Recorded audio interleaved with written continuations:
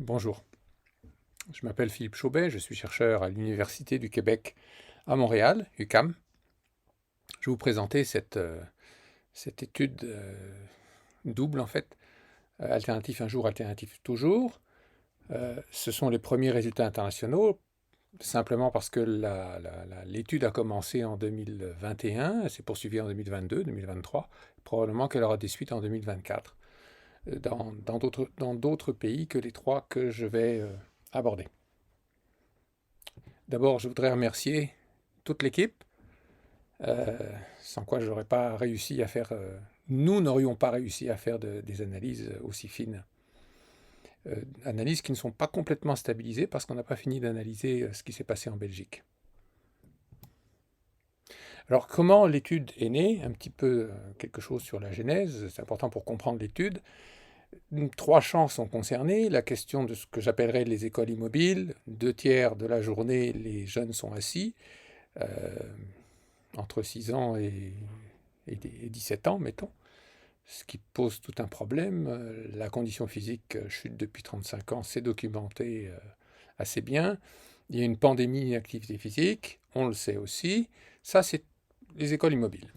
Il y a tout un autre champ qui m'intéresse, c'est les écoles qui sont capables d'apprendre de leur propre fonctionnement et de s'améliorer, et en prenant soin du personnel qui est dedans, non seulement du personnel, mais de tous les humains qui sont dedans, y compris les enfants ou les adolescents.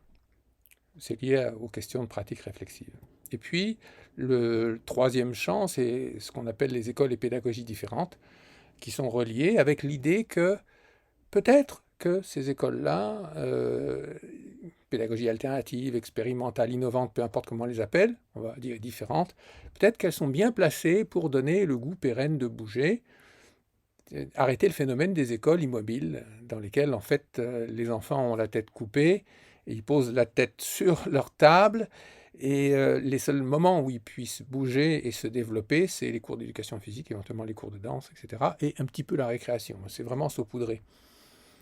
Donc ça, c'est la préoccupation d'origine. On verra que pour moi, il y a un gros potentiel là-dedans, mais il y a d'autres gros potentiels de ces écoles-là. Je vais commencer par une anecdote là-dessus sur la question des écoles immobiles. Vers 2017-2018, j'ai essayé de lancer un projet avec plusieurs écoles alternatives du Québec, publiques, alternatives, laïques, sans sélection. Il y en a 45, 46 maintenant. Et je vais à l'école de Vitrail et la directrice me dit Philippe, ça serait bien que tu documentes un petit peu si notre mesure on bouge le matin, tous les matins, 24 minutes avant de commencer les apprentissages, ce que ça donne. Et puis on discutera avec l'équipe, les élèves, les parents, etc. Bon, c'est ce que je fais. Et j'interviewe. Ben non, c'est pas des entrevues. Je rentre dans l'école comme des parents pompiers ou artificiers ou autres, ou biologistes, entreraient pour discuter avec les jeunes. Ça fait partie de leur culture. Et je discute avec des élèves du secondaire, et il y en a qui me disent Ah, mais le bouger, nous, on n'y participe pas. Je dis Ah, je pensais que c'était pour tout le monde. Ah oui, oui, mais nous, pour nous, on défend le droit de ne pas y participer. Donc on ne bouge pas. Je dis Vous faites quoi? On lit, on fait nos travaux, mais on ne participe pas. C'est notre droit. On est capable de le défendre. On est assez adulte pour prendre ce genre de décision, sous-peser les inconvénients, les avantages. Alors je les aiguillonne un petit peu, je leur dis, bon, hypothèse, la directrice estime que c'est quand même assez compliqué de mettre en place ce genre de mesures, dans une école qui n'est pas faite pour ça, corridor étroit, tout petit gymnase, cours petite, et ainsi de suite. C'est compliqué. Mettons qu'elle décide d'arrêter le on bouge de 24 minutes tous les matins. Vous faites quoi? Et là, ils montent au créneau. Eh ben, on mobilise le conseil, je ne sais plus si ça s'appelait le conseil chez eux, je pense que oui. On mobilise le conseil et on fait tout, on défend becs et ongles on bouge de 24 minutes tous les matins. Et je dis, mais là, je ne comprends pas. Vous venez de dire que vous défendez le droit de ne pas bouger. Alors, certains dans le groupe, d'autres le défendaient l'idée qu'ils le faisaient. Hein. Et il y en avait trois en particulier qui disaient non.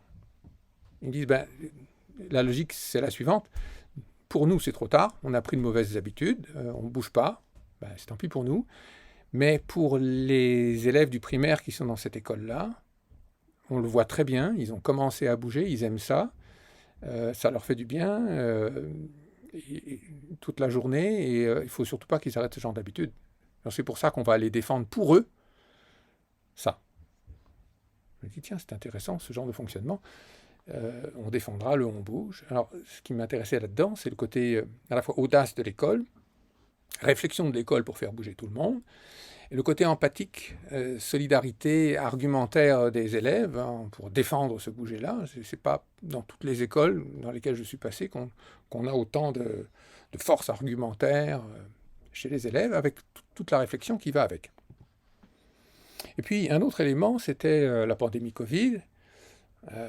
J'étais observateur au conseil d'administration du réseau REPAC, les réseaux des écoles publiques alternatives du Québec. Je répète, publiques, gratuites, laïques et sans sélection. Et la pandémie traînait et on voyait se déliter les fonctionnements à travers ce que disaient les enseignants, enseignantes qui étaient là, les directions, les parents et ainsi de suite qui étaient au CA. Et ils étaient affolés.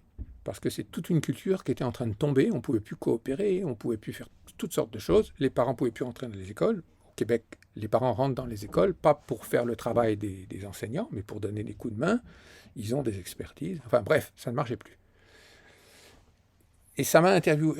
Et voyant les solutions qui étaient utilisées par tous ces gens-là, la mise en œuvre et ainsi de suite, je me suis dit, il y a quelque chose sur l'audace, la réflexion, l'empathie, la solidarité, l'argumentation, qui est aussi de ce côté-là. Et la question qui s'est posée, c'est l'école Le Vitrail, en faisant le fameux bouger de 24 minutes, et en réfléchissant, avec des élèves qui réfléchissaient à pourquoi il faut le garder pour les jeunes, je me suis dit, est-ce que c'est un cas unique? Est-ce que c'est une école sur les 45? Ou est-ce que les 45 écoles sont comme ça, leur manière de fonctionner interne? Mais je ne le savais pas. Parce qu'il y a peu d'études systémiques sur l'alternative publique au Québec.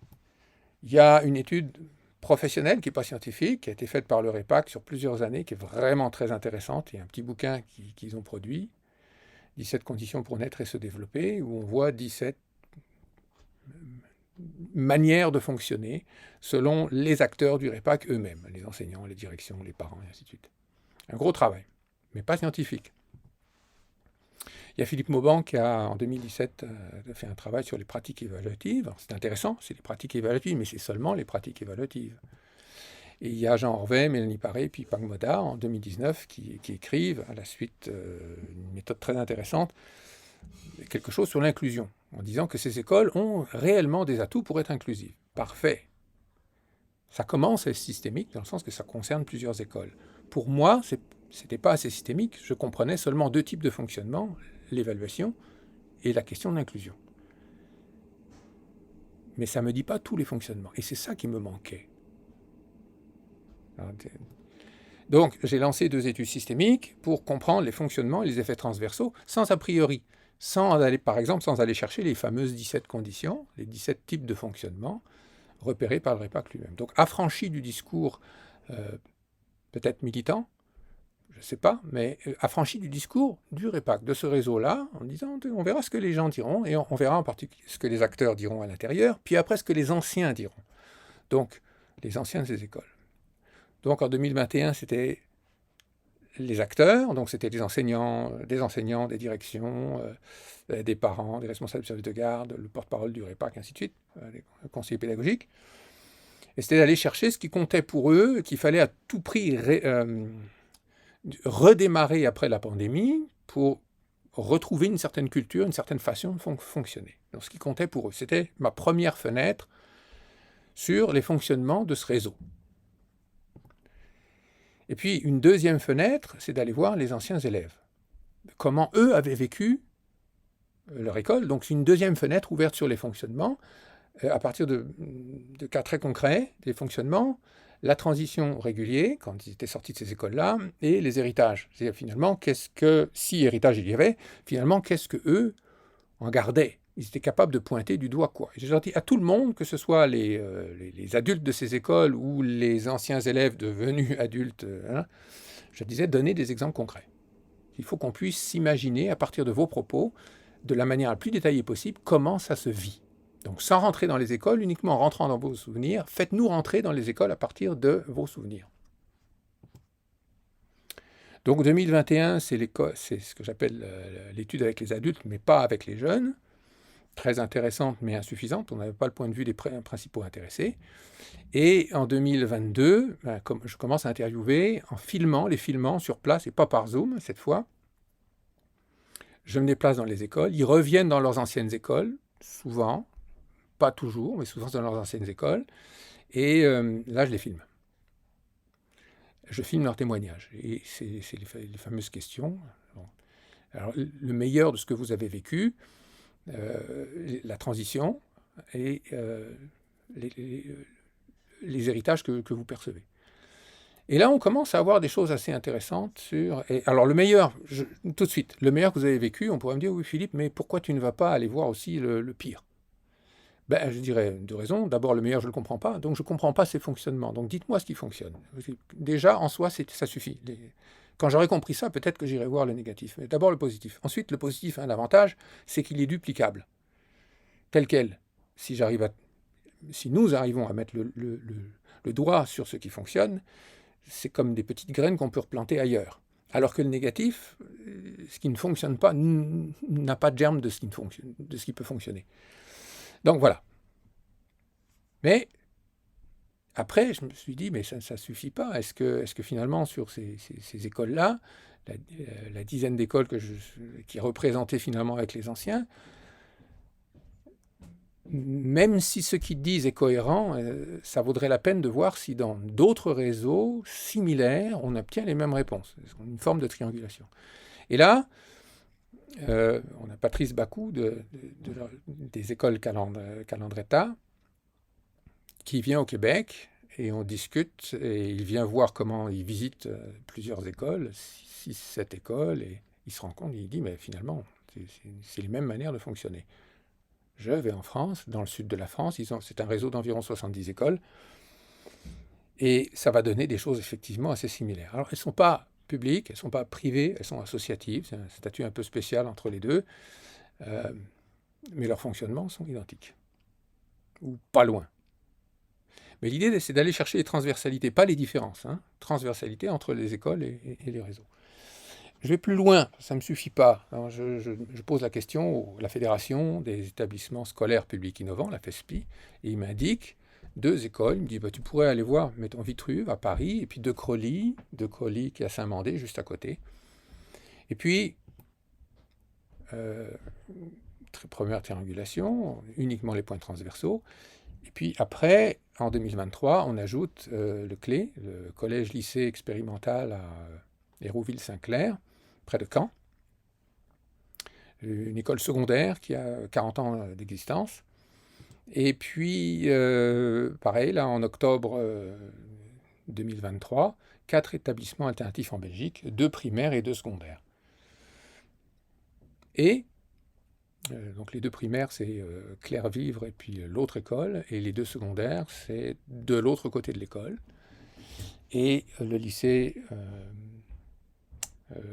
Roger Lallemand, le lycée intégral Roger Lallemand.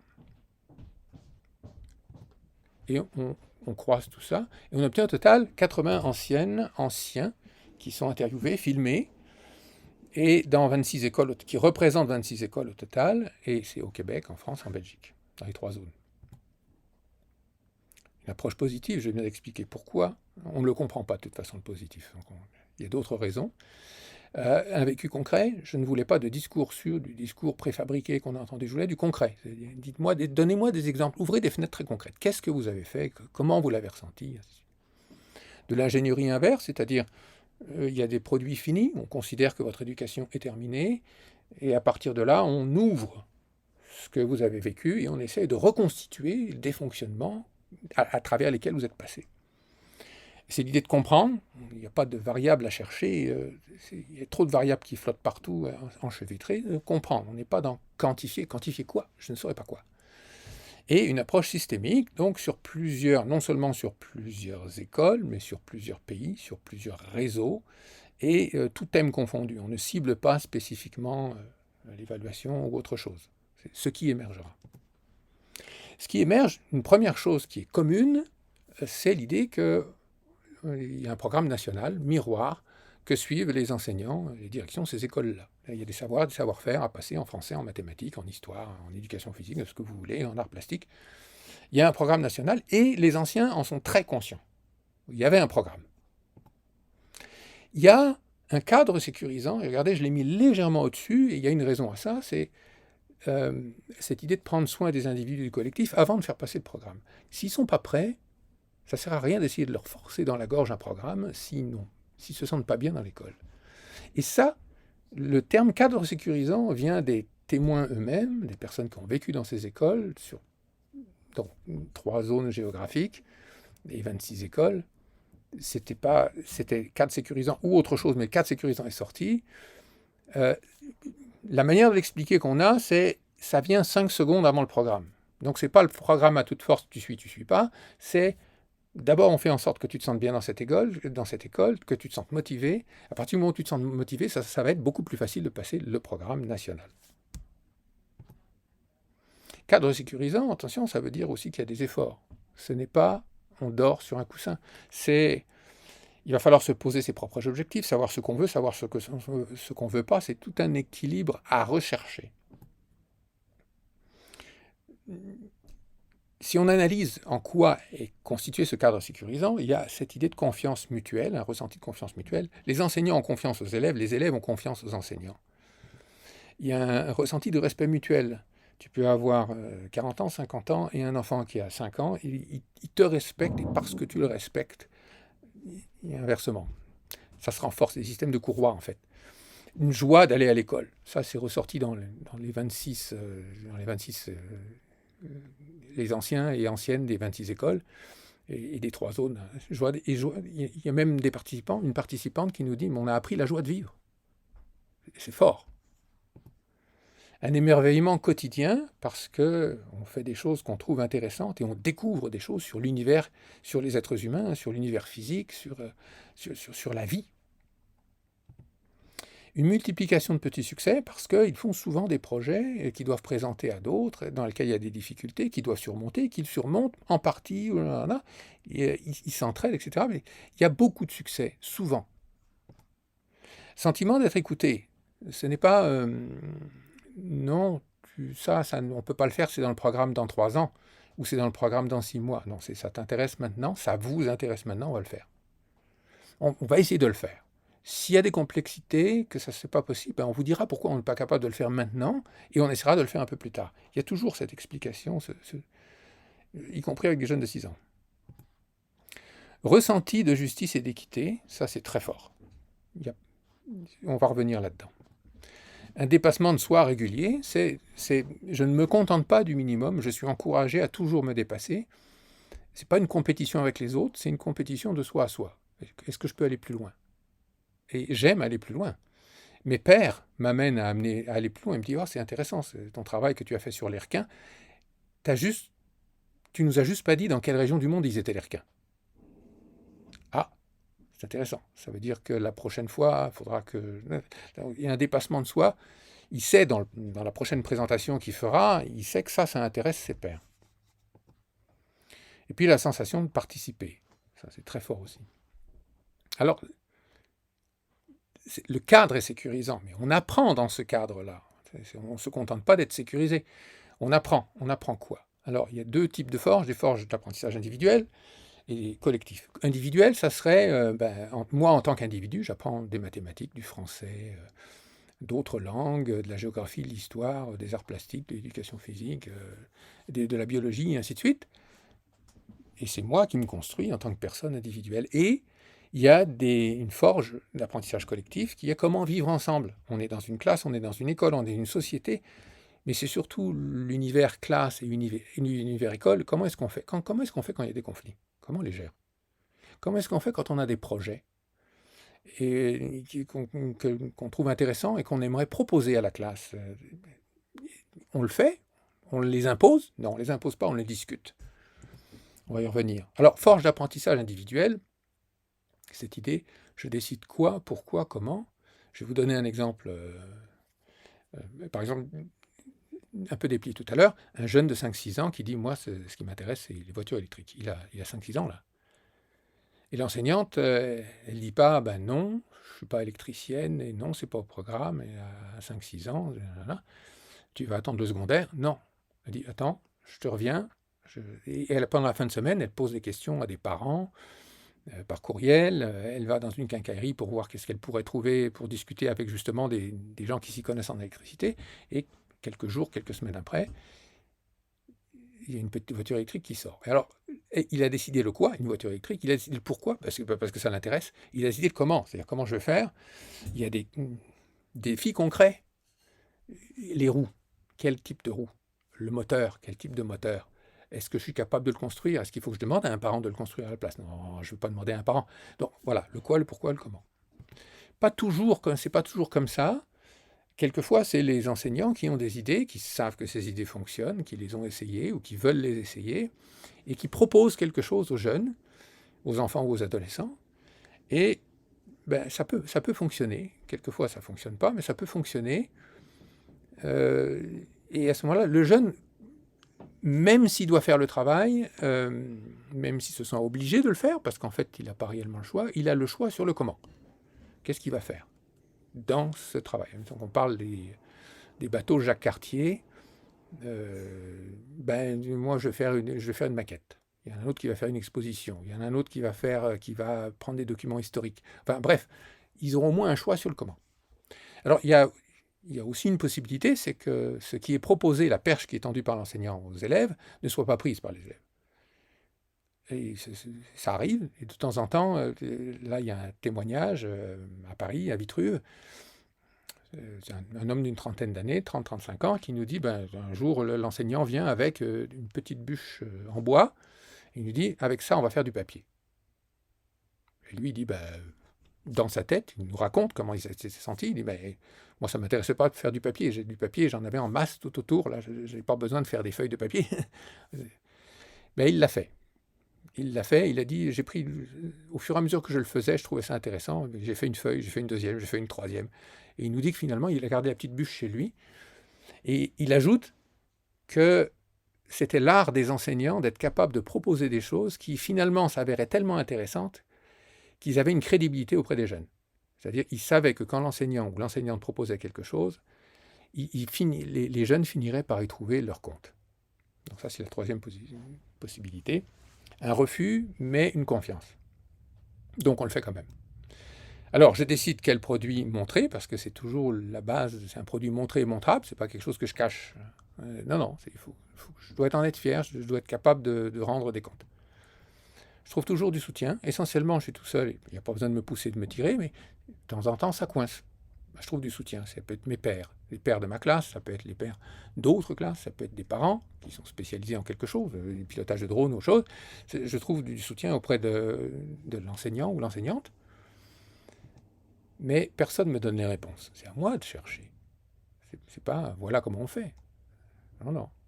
Je vais chercher tout seul. Donc je réexplore le quoi, le pourquoi, le comment. Ma voiture, elle aura des roues comment?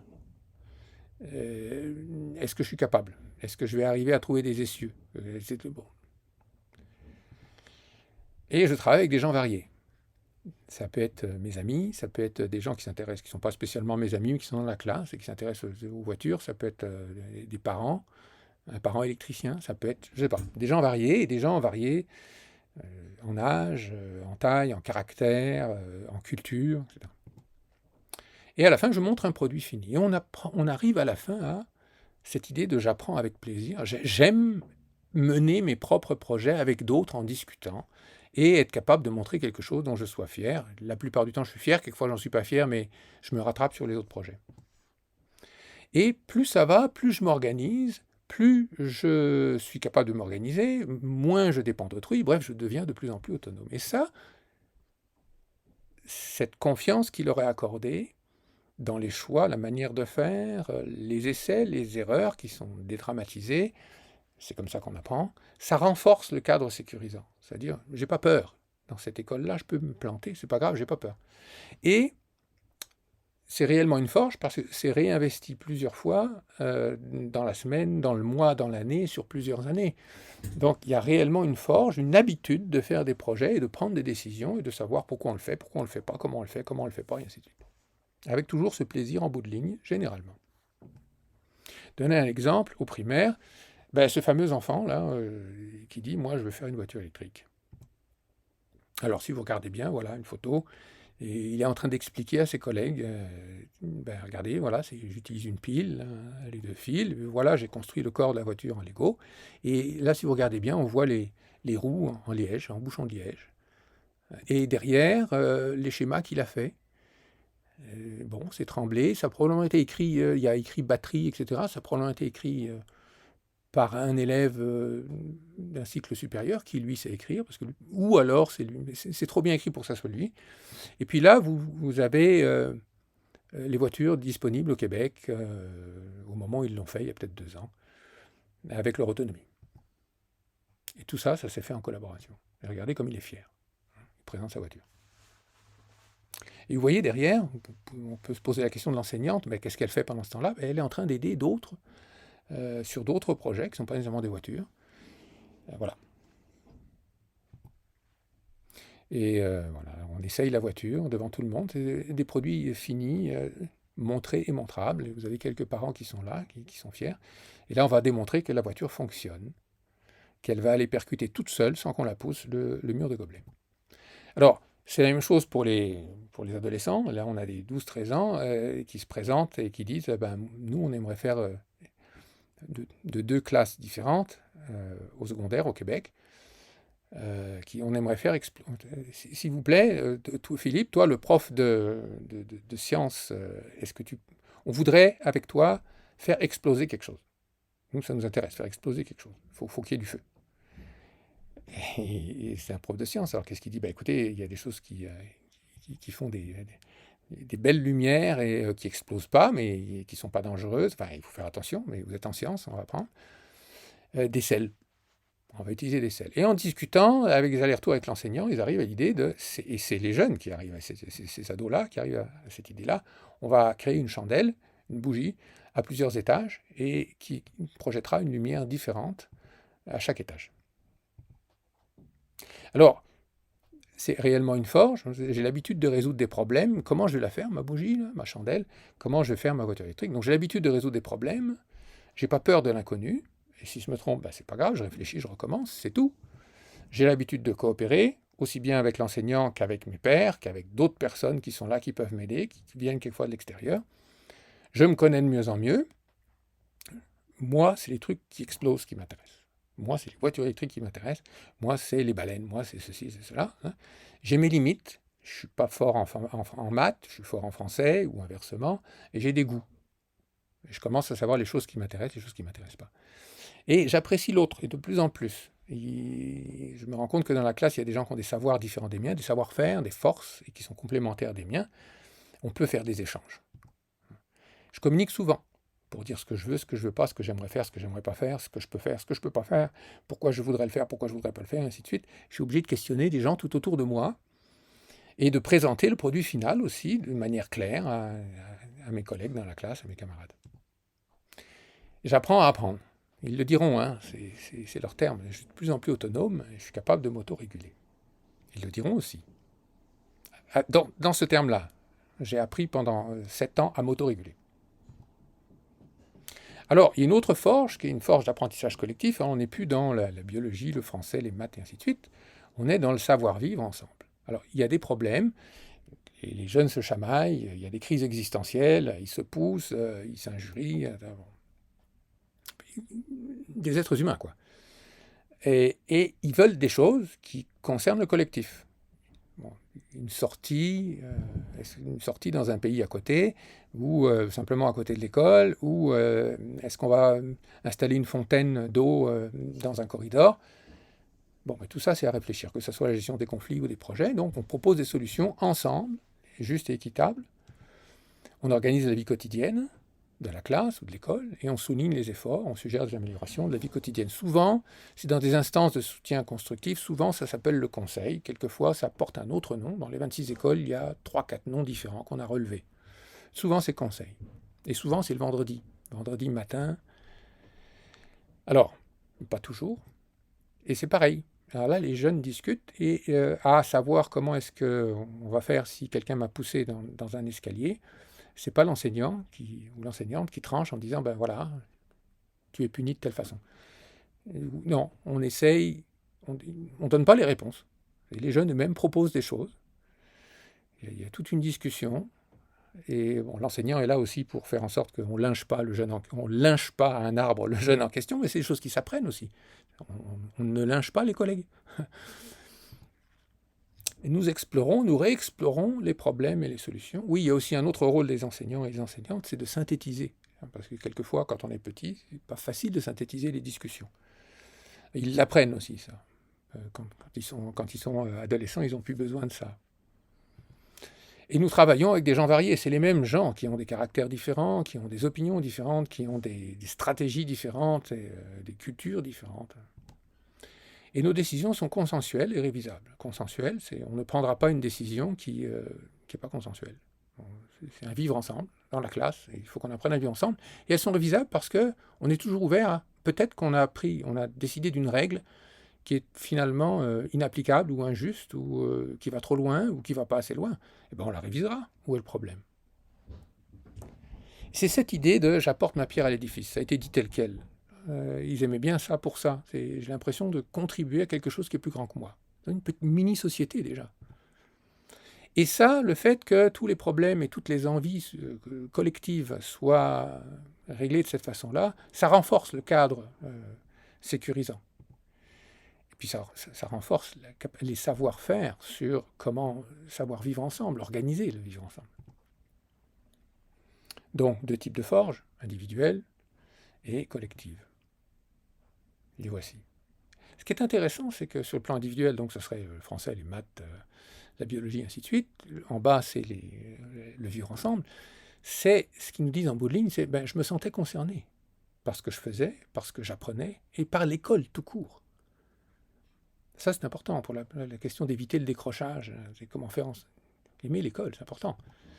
Alors, la question, c'est est-ce que les habitudes forgées sont gardées? Il y a 4 indices que oui, ils sont gardés. La première, c'est que quand on a fait ça sur plusieurs années, c'est quand même des habitudes qui sont prises chaque semaine, chaque mois, sur plusieurs années.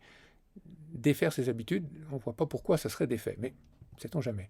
Un autre, c'est au moment de la transition, parce qu'ils sont passés de l'école primaire à l'école secondaire, généralement c'est là, il y a un choc, une espèce de choc thermique, on va y revenir tout de suite. Il y a un choc de culture. C'est d'un seul coup, coopérer, c'est pas si bien vu. Aller aider autrui, c'est pas si bien vu.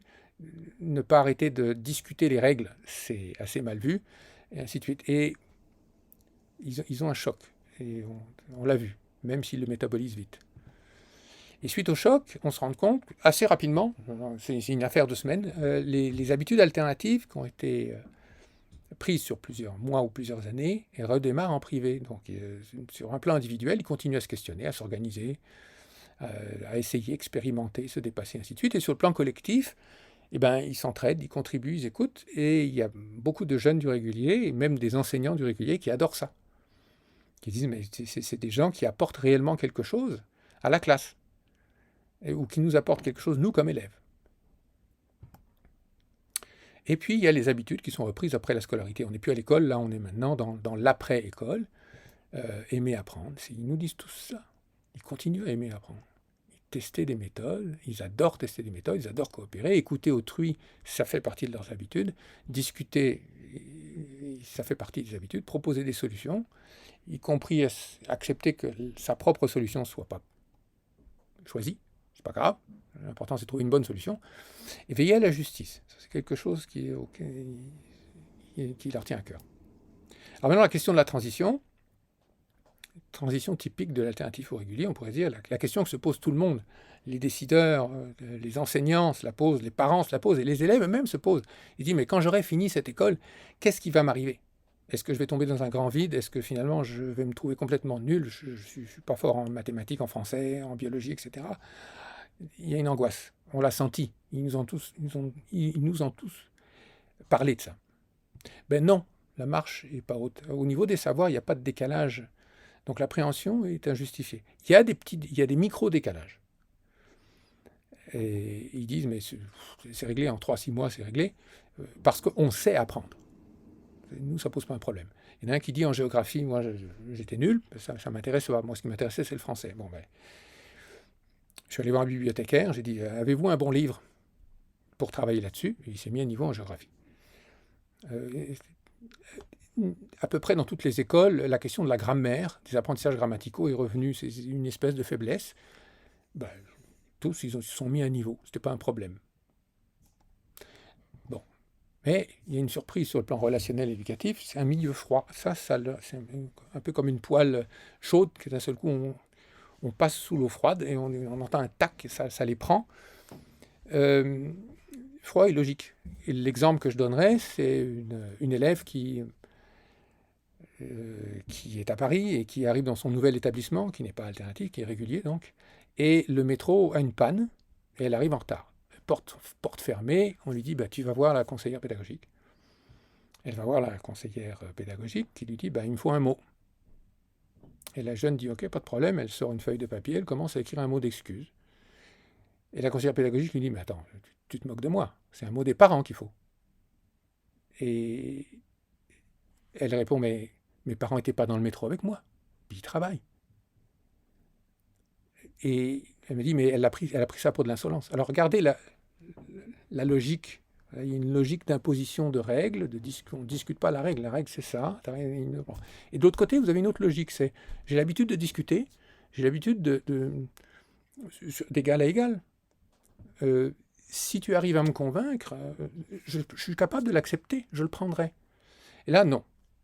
Ça ne dure pas très longtemps. Alors regardez dans les mots, verticalité d'un seul coup, plein de règles, absurdes, bam, zéro cinglant, pas d'explication, infantilisant, déresponsabilisant, incompréhension, hermétique, pas de coopération, élève sur le bord de la route. Ça, c'est quelque chose qui les a frappés, pas dans toutes les écoles, mais dans plusieurs. C'est l'idée de, t'es pas fort en maths, mais écoute, de toute façon, on n'a pas le temps, nous, il faut qu'on court, donc ben, écoute, essaye à la maison de faire quelque chose. Mais il disait, nous, ça ne serait jamais passé à l'alternatif. On aurait donné un coup de main, on aurait fait en sorte que cette personne-là monte avec nous. C'est tout le groupe qui monte ensemble. On ne laisse personne sur le bord de la route. Et c'est un choc de paradigme. C'est les mots qu'ils utilisent. C'est intéressant à comparer avec ce qu'ils disent sur leur vécu à l'alternative. Cocon, famille, joie, captivant, on se sent concerné. Ça ne dure pas longtemps, ce choc, parce qu'ils sont très adaptables. Et en fait, on se rend compte qu'on a des gens qui ont une espèce un bloc de ciel bleu à l'intérieur, avec un petit soleil. Ils sont très difficiles à déstabiliser. Très souples. Ils comprennent, ils s'adaptent. Ils ne vont pas faire la guerre, là. Et pour certains même, certains vont le garder en eux, et puis certains, ils vont essayer de le transmettre. Ils ont tellement aimé ça, ils vont devenir enseignants, ils vont devenir avocats dans des causes un peu particulières, dans des organisations à but non lucratif, et ainsi de suite. Ce n'est pas tous. Alors, quels sont les héritages communs? Maintenant, on passe à, ils sont dans la vie active, ils ne sont plus à l'école. Il y en a plusieurs, ils ne sont pas dans l'ordre, mais il y en a 6 principaux. Aimer apprendre, ils adorent apprendre. Ils sont restés curieux. Ils le disent, hein. Ils sont capables de s'adapter assez facilement, et ça les aide considérablement dans leur profession, peu importe leur profession. On a vu toutes les professions. Ils sont autonomes, ils sont responsables, ils sont organisés. C'est très fort dans leur discours. Dans les exemples qu'ils donnent, parce qu'on ne voulait pas de discours préfabriqués. Ouverts d'esprit, ouverts à la différence. C'est des gens qui aiment écouter les gens, qui aiment voir ce que l'autre peut enrichir dans les manières de faire, dans les manières de penser. À l'aise de s'exprimer. Ils savent travailler en équipe, ils aiment travailler en équipe. Il y a les deux, il y a un savoir-faire et puis une attitude. Et puis d'autres qui arrivent attachés à son école, capables de sortir de sa zone de confort. Ils disent ça aide énormément. Quand il y a des projets à faire, on a une espèce d'audace. Ça ne leur pose pas un problème. Tu as juste à bien réfléchir tes affaires et tu vas y arriver. Aimer transmettre, aimer guider, pour plusieurs d'entre eux. Empathique, aimer aider. Sens créatif, c'est pas dans toutes les écoles. Il y a des écoles où ça se voit mieux, mais ça se voit d'une manière un peu générale quand même. Sens développé de justice et d'équité. Aligne ses activités actuelles, professionnelles ou autres, sur ce qu'il aime ou ce qu'elle aime. sens critique. Ils se questionnent beaucoup. Des gens assez réflexifs, hein. Et ils questionnent le monde. Et pas nécessairement méchamment. Tiens, c'est intéressant, ma manière de fonctionner ou la manière dont le monde fonctionne. Et puis, bien préparés, pour ceux qui ont fait des études universitaires, ils sont surpris de comment l'alternatif les a bien préparés, même au primaire, même s'il y a plusieurs années entre bien préparés des études universitaires. On se rend compte qu'il y a une logique entre les fonctionnements qu'on a réussi à reconstituer à partir des exemples concrets qu'ils ont racontés, très concrets, et les héritages qu'ils perçoivent maintenant. Il y a une logique, absolument, ça se tient. C'est sûr que quand on a travaillé soi-même sur des projets avec des collègues, et qu'on a eu pris plaisir, qu'on a essayé toutes sortes de méthodes, qu'on s'est fixé des objectifs, qu'on les a révisés, qu'on a expliqué aux autres pourquoi on le faisait, qu'on a décidé ensemble quel genre de projet on ferait ensemble, et pourquoi, et pour quelles raisons, ben, c'est logique, on aime apprendre, on est curieux, on peut s'adapter, on est à l'aise de s'exprimer, on aime travailler en équipe, et ainsi de suite. Il y a une logique interne à la chose. Alors on pourrait dire, mais tout ça sert à quoi, l'alternatif, ou cette étude? Ben écoutez, déjà arriver à démontrer que dans 26 écoles, 3 pays, 80 anciens de l'alternatif, expérimental, innovant, peu importe comment on l'appelle, écoles différentes, et qui nous disent j'ai aimé l'école et j'aime encore apprendre. Et ça, en soi, ça suffirait. Un parent sera content de dire ça. N'importe quel parent voudrait ça de ses enfants, j'imagine. Si on élargit un peu la chose, c'est l'idée qu'on a des professionnels, boulangers, garagistes, informaticiens, c'est un peu importe, qui ont l'habitude de monter des projets, de coopérer, qui ont des outils pour ça et qui sont empathiques. Ça annonce une belle société. Si on en avait plus dans la société, on a besoin de ça.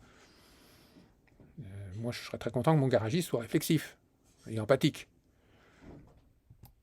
Et beaucoup plus loin, si on va encore beaucoup plus loin, mais là, c'est peut-être leur donner une mission.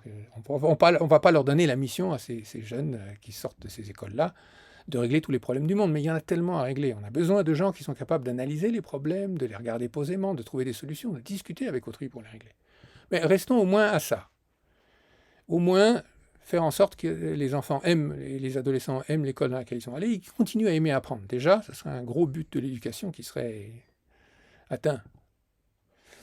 Dernière diapo, on va préciser une chose et on va récapituler. Alors, précisons une chose et au débat.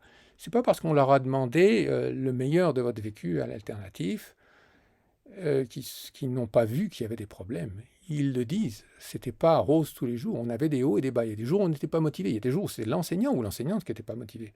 Il y a des jours où c'était pénible, il y a des jours où j'avais envie de dormir, et il y a des jours où je dormais parce qu'effectivement, j'étais plus motivé. Il y a des histoires, il y a toutes sortes d'histoires. Le négatif est sorti aussi.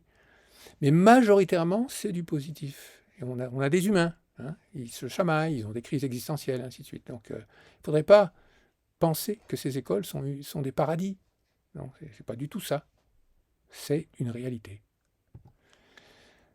On peut retenir qu'ils ont vécu une scolarité motivante à travers leurs témoignages. Et structurante motivante, ils ont toujours aimé aller à l'école. Structurante, ils ont appris des choses en français, en mathématiques, en histoire, en géographie, en éducation physique, en arts plastiques, en biologie, ainsi de suite, ce que vous voulez. Ça a été structurant. C'est des gens qui ne tombent pas dans l'univers sans savoir de quelle culture ils viennent et ce qu'ils doivent faire dans la société. Individuellement, ils ont été construits. Et collectivement aussi, d'ailleurs. Et puis, la question de l'adaptation vers le régulier, elle est rapide. Oui, il y a un choc, mais rapidement, c'est métabolisé. C'est pas grave, ils continuent à avoir le sourire. Mais ils savent qu'il y a certaines choses qu'on ne doit pas dire, qu'il y a certaines règles, on va les suivre. C'est pas grave, c'est pas le plus important. Il y a d'autres choses qui sont plus importantes que ça. Coopérer est important. Et si on ne peut pas coopérer dans la classe, on va coopérer en dehors de la classe. Où est le problème ? Et il y a surtout une conscience claire d'héritage, réel. Ils le disent. On a aimé l'école, on a aimé apprendre, on aime coopérer. Il y a toute une série d'héritages dont ils parlent. Voilà. Un grand merci à toute l'équipe et un grand merci à vous qui avez eu la patience d'écouter cette vidéo.